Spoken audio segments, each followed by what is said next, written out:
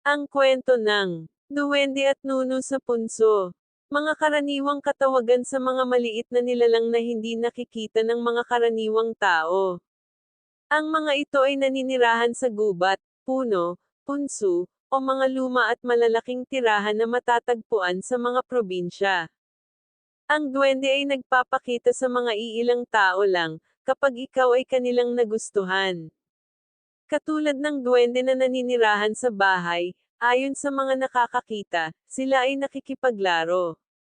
Dinadala ng duwende ang taong kanyang kinaibigan sa lugar nila. Sa mga karaniwang kwento na nagpasalin-salin sa bawat henerasyon, ang kanilang lugar ay isang paraiso na di inaakala ng tao na may ganito. Puno ng ginto ang kanilang kaharian. Sila ay mahilig magkolekta ng mga iba't ibang bagay.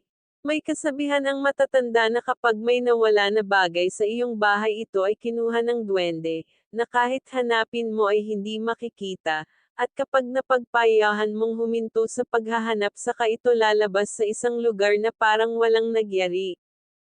May mga duwende din na nagkakagusto sa tao. Karaniwan ay sa mga babae. Ito ay kanilang inaangkin ng hindi namamalayan. Duwende na laging bumibisita, at minsan, ay hindi pinapakain, hanggang sa bumagsak ang katawan at unti-unting namamatay. May mga duwendeng sadyang mapaglaro, ito ay nakatira sa gubat, na kung minsan na may napadaan, sadya nila itong ililigaw sa gubat. Inililipad sa himpapawid, at ibabalik kung kailan nila gustuhin.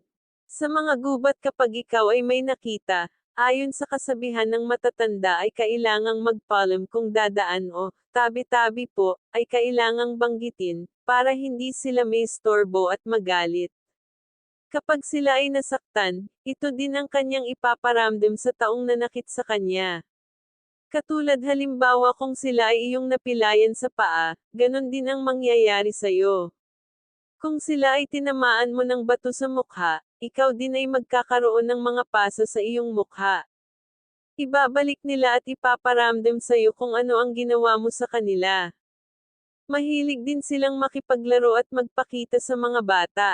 Kung minsan ay nakikita natin na mag-isang nagsasalita, ito ay sinasabing may kausap na duwende. May masasamang duwende at meron ding mabubuti.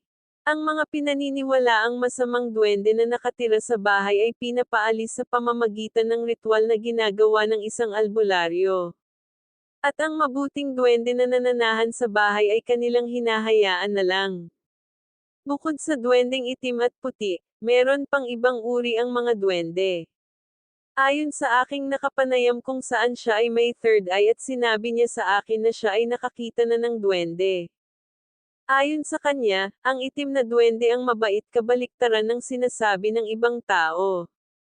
Ang pulang duwende ang pinakamasama sa lahat ng uri, duwendeng puti naman ang mapaglaro at tuso. At ang isa pang kulay ng duwende ay berde. Kung saan ito ay mahilig makipaglaro sa mga bata ngunit mailap at medyo mahiyain. Kailangang suyuan. Duwendeng itim. Sinasabing ang duwendeng itim ang pinakamasama sa lahat. Ang hitsura nito ay marungis, masama nag-ugali at madalas pinaglalaruan ng mga taong kanyang matipuhan. Ngunit taliwas ito sa pahayag ng isa pang aking nakapanayam. Base sa kanyang kwento, ang itim na duwende ay mapaglaro at swerte.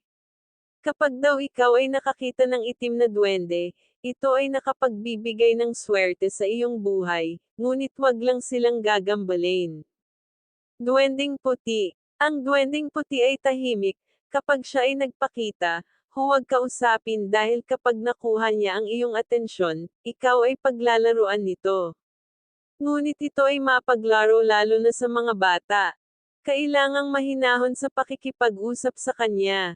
Ito daw ay may kaalaman sa panggagamot sa mga nabarang. Duwendeng pula. Ang pulang duwende naman ayon sa kanya ay ang pinakamatapang.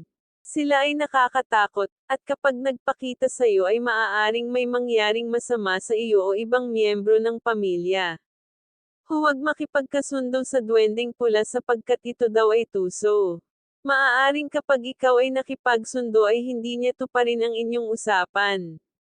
Hanggat maaari ito ay iwasan. Duwending Berde. Mapaglaro lalo na sa mga bata. Sinasabing ito ay swerte sa sugal. Ngunit huwag magtiwala dahil kung minsan ito ay pihikan. Ito ay mailap kapag tinawag upang kausapin, kaya kailangang suyuan. Gumamit ng bata kung ito ay tatawagan o kakausapin. Marami man ang uri ang mga duwende base sa kanilang kulay at ugali, ang sabi ng matatanda at naniniwala sa kanila, ang mahalaga ay ang pagbibigay ng respeto sa kanila upang hindi maparusahan o paglaruan.